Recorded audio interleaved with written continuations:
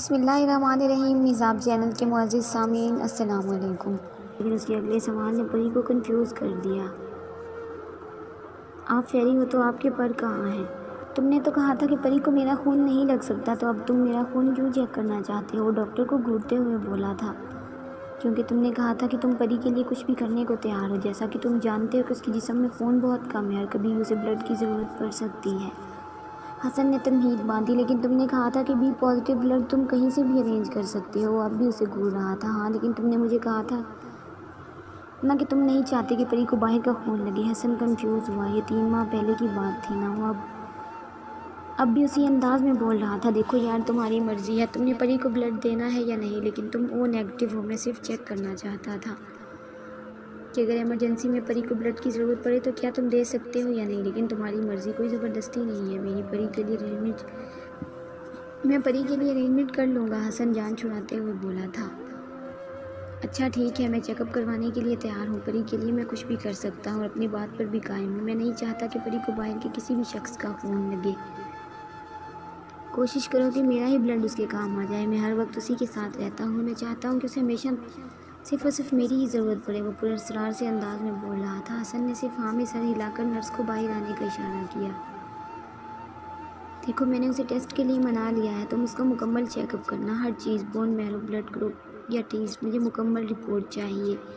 حسن nurse کو سمجھاتے ہوئے بولا۔ لیکن سر، ان کی اجازت کے بغیر بون میرو ٹیسٹ کرنا تو ان لیگل ہے، نرس پریشانی سے بولی تھی۔ کیا لیگل ہے اور کیا ان لیگل، یہ سب باتیں سمجھانے کا میرے پاس وقت نہیں ہے۔ جتنا میں کہہ رہا ہوں اتنا کرو، رپورٹس کا انتظام ابھی کرو اور میرے آفس میں بھجوا دو۔ اسے ایک نظر دیکھ کر اپنے روم میں چلا گیا، جبکہ نرس پریشانی سے اسے دیکھ رہی تھی۔ اگر اس نے کچھ پوچھ لیا تو وہ کیا جواب دے گی؟ نرس کمرے میں آئی تو وہ ویٹ کر رہا تھا۔ ایک تو یہ آدمی اسے بالکل بھی پسند نہیں تھا۔ جب بھی آتا تھا غصہ ناک پر رکھا اور ایٹیٹیوڈ ایسا تھا کہ سامنے والے کو جلا کے رکھ دے۔ وہ جتنا خوبصورت نوجوان تھا اتنا ہی مغرور بھی تھا۔ خود سے زیادہ اہمیت کسی اور کو دینا تو اس نے سیکھا ہی نہیں تھا۔ اسے تقریباً 3-4 سال سے جانتے تھے۔ وہ ایک بائک ریسر تھا اور اپنی جان پر کھیلتا۔ اکثر اپنی باڈی پر زخم لے کر وہ اسی ہسپتال میں آتا تھا۔ لیکن 4 مہینے پہلے اس نے اچانک ایک انجان لڑکی سے شادی کر لی۔ پہلی بار یہ لڑکی جب اس ہسپتال میں آئی تھی، اس کی حالت اتنی خراب تھی کہ اسے دیکھا تک نہیں جا رہا تھا۔ اس کے جسم میں خون نہ ہونے کے برابر تھا۔ ڈاکٹر نے بہت مشکل سے اس کی جان بچائی تھی اور تب سے ہی وہ ہر ہفتے اس کا چیک اپ کروانے کے لیے اسے یہاں لاتا۔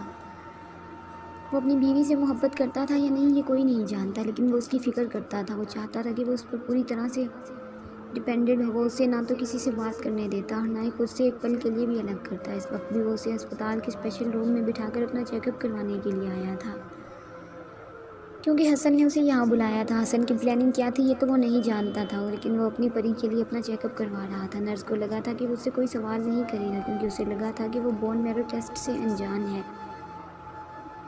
سر، آپ اپنی شرٹ اتار دیں، آپ کو انجیکشن دینا ہے۔ وہ کافی گھبرائی ہوئی تھی۔ ٹیسٹ تو کمپلیٹ ہو گیا ہے، اب کون سا ٹیسٹ کرنا ہے اور انجیکشن کی ضرورت کیوں کر رہی ہے؟ مزید وہ سرد لہجے میں بولا۔ سر، یہ انزیشیا کا انجیکشن کیوں لگایا جا رہا ہے مجھے؟ وہ منہ بنا کر بولا۔ صرف وہ دراصل آپ کا ٹیسٹ ہو رہا ہے نا، تو انزیشیا پاگل لکھا ہے میرے ماتھے پر، یا بے وقوف سمجھتی ہو مجھے؟ کیا میں نہیں جانتا انزیشیا کا انجیکشن بون میرو ٹیسٹ سے پہلے دیا جاتا ہے؟ وہ انتہائی غصے سے بولا تھا کہ نرس کانپ کر رہ گئی۔ سچ بتاؤ، ارادہ کیا ہے تمہارا؟ میرا بون میرو بیچ کر پیسہ کمانے کا سوچ رہے ہو نا تم لوگ؟ نہیں سر، آپ کو غلط فہمی ہوئی ہے، ایسا کچھ بھی نہیں ہے۔ ہم آپ کا بون میرو صرف اور صرف آپ کی وائف کے لیے چیک کرنا چاہتے ہیں، کیونکہ انہیں مسلسل خون کی کمی ہے اور وہ بہت زیادہ بخار میں مبتلا ہو جاتی ہیں۔ یہ نشانیاں بلڈ انفیکشن کی بھی ہو سکتی ہیں، اور اگر ایسا ہوا تو ہمیں ان کے جسم سے سارا خون نکال کر چینج کرنا ہوگا، جس کے لیے پہلے دوسرے بندے کے بہت سارے چیک اپ کرنے پڑتے ہیں، جن میں ایک بون میرو بھی ہے۔ نرس میڈیکل کے بارے میں جتنا کچھ جانتی تھی اس کے سامنے رکھ کر اسے مطمئن کر چکی تھی۔ اس نے صرف ہاں میں سر ہلاتے ہوئے اسے انجیکشن لگانے کی اجازت دی۔ انزیشیا کا انجیکشن لگانے کے بعد بھی بون میرو ٹیسٹ کے دوران اسے بہت تکلیف ہوئی تھی۔ سر، آپ کو آدھا گھنٹہ یہیں بیڈ پر لیٹنا ہوگا کچھ دیر کے لیے، آپ اپنی ہڈیوں کو بالکل موو نہ کریں۔ نہیں، اس کی ضرورت نہیں ہے۔ وہ درد برداشت کرتا اٹھا تھا۔ نو سر، یہ بہت ضروری ہے، آپ کی طبیعت خراب ہو سکتی ہے، اور اہم بات یہ ہے کہ اسپتال آپ کو یوں جانے کی اجازت نہیں دیتا۔ وہ سمجھا رہی تھی۔ مجھے پری کو لنچ پر لے کر جانا ہے، وہ بڑبڑایا تھا۔ رپورٹس کب تک مل جائیں گی؟ وہ شرٹ پہنتے ہوئے سوال کر رہا تھا۔ سر کل شام تک آپ اپنی رپورٹس لے جائیے گا۔ اس کے کہنے پر وہ صرف ہاں میں سر ہلاتا لیٹ گیا، جبکہ نرس رپورٹس نیٹ کے ذریعے حسن کے کمپیوٹر میں چیکنگ کے لیے بھیج چکی تھی۔ پر تو نہیں ہے میرے پاس، لیکن پری سے کوئی جواب نہ دیا گیا۔ لیکن کیا وہ اپنی بڑی بڑی نیلی آنکھوں کو چھوٹا کر کے اسے گھورتے ہوئے بولا جیسے اس کی چوری پکڑ چکا ہو۔ ارے بڑے شیطان بچے ہو تم، ابھی میں نے تمہیں جادو کر کے دکھایا۔ پری نے اپنی صفائی پیش کرنی چاہیے تھی۔ وہ تو میرے بابا بھی کر لیتے ہیں،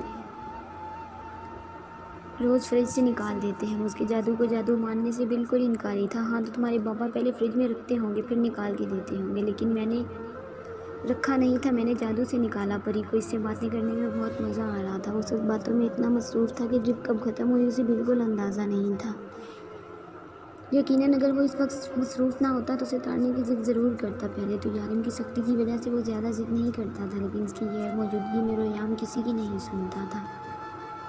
اچھا ایسی بات ہے تو دوبارہ نکال کے دکھاؤ، ریام نے چیلنج دیا، اور یہاں وہ پھنس چکی تھی کیونکہ اس نے ایک ہی چاکلیٹ صبح اپنے بیگ میں رکھا تھا۔ میں نہیں نکالتی، وہ خڑوس دیو مجھ سے ناراض ہو جائے گا اور پھر مجھے کھا جائے گا، پری نے اسے پراسرار انداز میں بتایا۔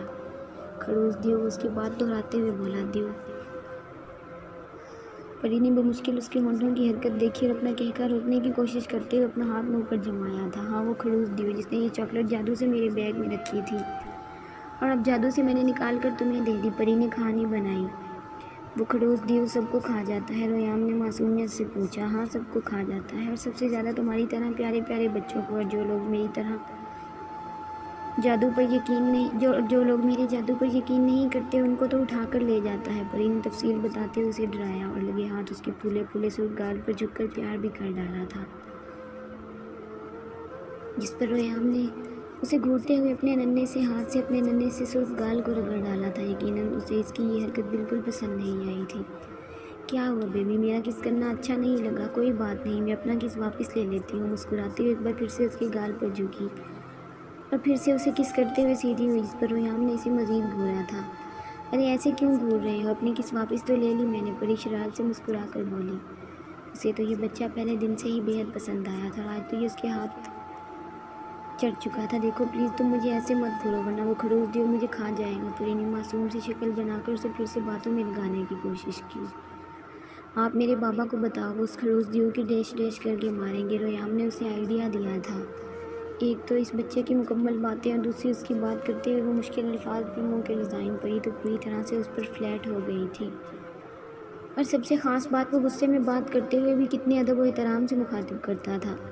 پری تو کیا اس کی جگہ کوئی بھی ہو ریام سے محبت نہ کرے، یہ ناممکن سی بات تھی۔ تم اپنے بابا کو خود ہی بتا دینا کہ وہ میری مدد کرے، مجھے اس خڑوس دیو سے بچائے ورنہ وہ مجھے کھا جائے گا۔ تم بتانا اپنے بابا کو کہ تمہاری دوست بہت بڑی مصیبت میں پھنسی ہوئی ہے۔ تمہارے بابا میری مدد کرنے کے لیے آئیں گے نا، اسپائڈر مین کی طرح؟ پری کا فی الحال اس سے باتیں ختم کرنے کا کوئی ارادہ نہیں تھا۔ میں اپنے بابا کو بتا دوں گا، لیکن آپ میری دوست نہیں ہو اور میرے بابا اسپائڈر مین نہیں سپر مین ہے، وہ منہ بنا کر اسے بتانے لگا۔ ارے میں کب سے تمہارے پاس بیٹھی تم سے باتیں کر رہی ہوں اور تم مجھے دوست ماننے کو تیار ہی نہیں ہو، یہ تو بہت غلط بات ہے۔ میں نے تمہیں چاکلیٹ دی تو میں تمہاری دوست بن گئی۔ چاکلیٹ کا مزہ لینے کا مطلب بھی یہی ہوتا ہے کہ ہم دوست ہیں۔ چلو اب جلدی سے مجھ سے دوستی کرو ورنہ میری چاکلیٹ واپس کرو۔ پری اس سے دوستی کرنے کی خاطر جلدی سے کہتے ہوئے اس کے ننھے سے ہاتھ سے چاکلیٹ لینے لگی تھی۔ ٹھیک ہے ہم دوست ہیں، وہ احسان کرتے ہوئے بولا، لیکن تبھی کوئی کمرے میں داخل ہوا۔ ریام کا منہ دوسری جانب تھا، اسی لیے وہ شخص اسے دیکھ نہیں پایا، لیکن وہ پری کو چلنے کا اشارہ کر رہا تھا۔ اوکے پیارے دوست، اب مجھے بھی گھر جانا ہے، تمہارے ساتھ یہ پہلی ملاقات بہت اچھی رہی، اور نرس میرے دوست کا خیال رکھیے گا۔ آپ اپنے موبائل پر بعد میں مصروف ہو جائیے گا، لیکن فی الحال میرے دوست کو آپ کی ذمہ داری پر یہاں چھوڑا گیا ہے۔ اس کی دونوں گال چومتی اردو میں بولی، کیونکہ وہ کچھ دیر پہلے اسے کسی سے ہندی میں فون پر بات کرتے ہوئے سن چکی تھی، جبکہ ریام اسے پھر سے گھورتے ہوئے اپنے ننھے ہاتھ سے دونوں گالوں کو سرخ کر ڈالا تھا۔ ارے دوستی میں کس کرنا الاؤڈ ہوتا ہے، تمہیں تو کچھ بھی نہیں پتا۔ وہ اس کے ننھے سے ماتھے پر ہاتھ مارتے ہوئے اس کا گال دوبارہ چوم کر باہر بھاگ گئی، اور وہ اسے دور سے بائے بائے کر رہی تھی۔ مجھے یقین نہیں آ رہا یارم، یہ دیکھو اس بندے کی 96% تک رپورٹ ریام سے میچ کر رہی ہے۔ میرا شک بالکل ٹھیک تھا یارم، اگر یہ ریام کو بون میرو دینے کے لیے تیار ہو جائے تو ریام بچ سکتا ہے۔ مطلب کہ یہ ڈونر ہے؟ روح نے خوش ہو کر پوچھا۔ نہیں بھابھی، یہ ڈونر تو نہیں ہے، لیکن میں اسے منا لوں گا، میں صرف کنفرم کرنا چاہتا تھا، جو کہ ہو چکا ہے۔ میں اس سے بات کرتا ہوں۔ حسن کافی پرجوش تھا۔ اسے مناؤ تم، میں اس کی ساری زندگی آسان کر دوں گی، میں اس کا فل لائف خرچ اٹھاؤں گا، اسے جو چاہے وہ ملے گا۔ یارم نے حسن کو دیکھتے ہوئے کہا۔ اسے کسی بھی طرح منا لینا چاہتا تھا۔ حسن نے سر ہلایا۔ وہ اسے جلد منا لینا چاہتا تھا، کیونکہ ریام کے جسم میں خون اب سوکھ رہا تھا، وہ دن بدن کمزور ہو رہا تھا، اس کا آپریشن جلد سے جلد کرنا ضروری ہو گیا تھا۔ اتنے دنوں کی نا امیدی کے بعد آج انہیں تھوڑی سی امید ملی تھی، جو ان دونوں کے لیے کسی معجزے سے کم نہیں تھی۔ چلو ریام کے پاس چلتے ہیں، وہ جاگ گیا ہوگا، وہ روح کو دیکھتے ہوئے بولا تو روح فوراً اٹھی تھی۔ رکو، کیا تمہیں نرس نے نہیں بتایا کہ تم ایسے نہیں جا سکتے، تمہیں ریسٹ کی ضرورت ہے، تمہارا بون میرو سیمپل لیا گیا ہے؟ حسن بھاگتا ہوا اس کے پاس آیا تھا۔ بتایا ہے، لیکن میرا پھر بھی رکنے کا کوئی ارادہ نہیں ہے، یہ تمہارے لیے ضروری تھا، حسن نے سمجھانا چاہا، جبکہ پری انجان سے کھڑی انہیں سن رہی تھی۔ نہیں میں ٹھیک ہوں، وہ جانے لگا، مجھے تم سے ایک اہم بات کرنی تھی، حسن نے کہا۔ بولو۔ اس کی ضروری بات کے چکر میں شاید وہ اپنا ٹائم برباد نہیں کرنا چاہتا تھا۔ میں تم سے اس بچے کو ملوانا چاہتا ہوں، وہ صرف 2.5 سال کا ہے، تمہارے سارے سسٹم سیلز اس سے میچ کر رہے ہیں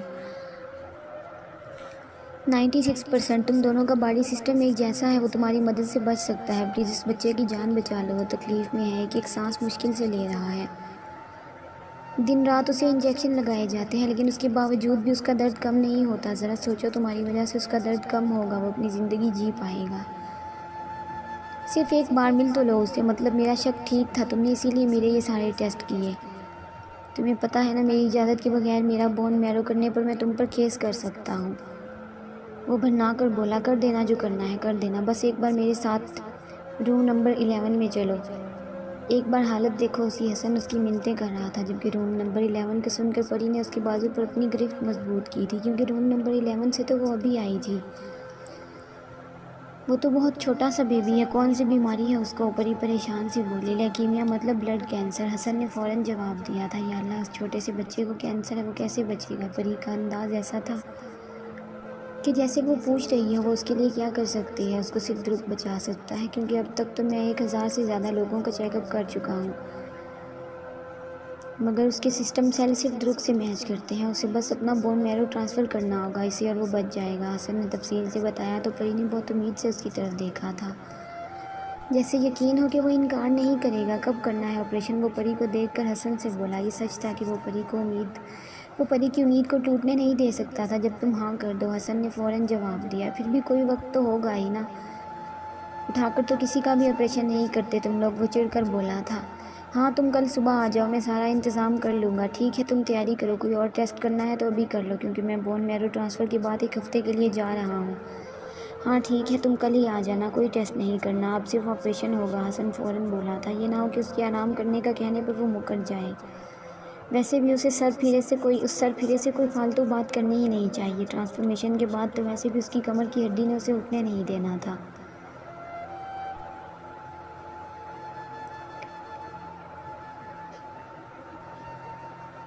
اس کے جانے کے بعد حسن نے روح اور یارم کو خوشخبری سنائی تھی، کل ان کے بیٹے کا آپریشن ہو جائے گا، وہ بالکل ٹھیک، وہ دونوں بہت خوش تھے، لیکن آنے والے وقت سے انجان جاری ہے۔ دوستوں اگر آپ کو ویڈیو پسند آئے تو اسے لائک اور اپنے دوستوں کے ساتھ شیئر لازمی کریں، اور اگر آپ میرے چینل پر نئے ہیں تو چینل کو سبسکرائب کریں اور ساتھ میں لگے گھنٹی کے بٹن کو ضرور دبائیں، تاکہ ہر نئی ویڈیو کا نوٹیفیکیشن آپ دوستوں تک سب سے پہلے پہنچ سکے۔ ملتے ہیں نیکسٹ ایپیسوڈ میں، تب تک کے لیے اپنا خیال رکھیں اور دعاؤں میں یاد رکھیں۔ اللہ حافظ۔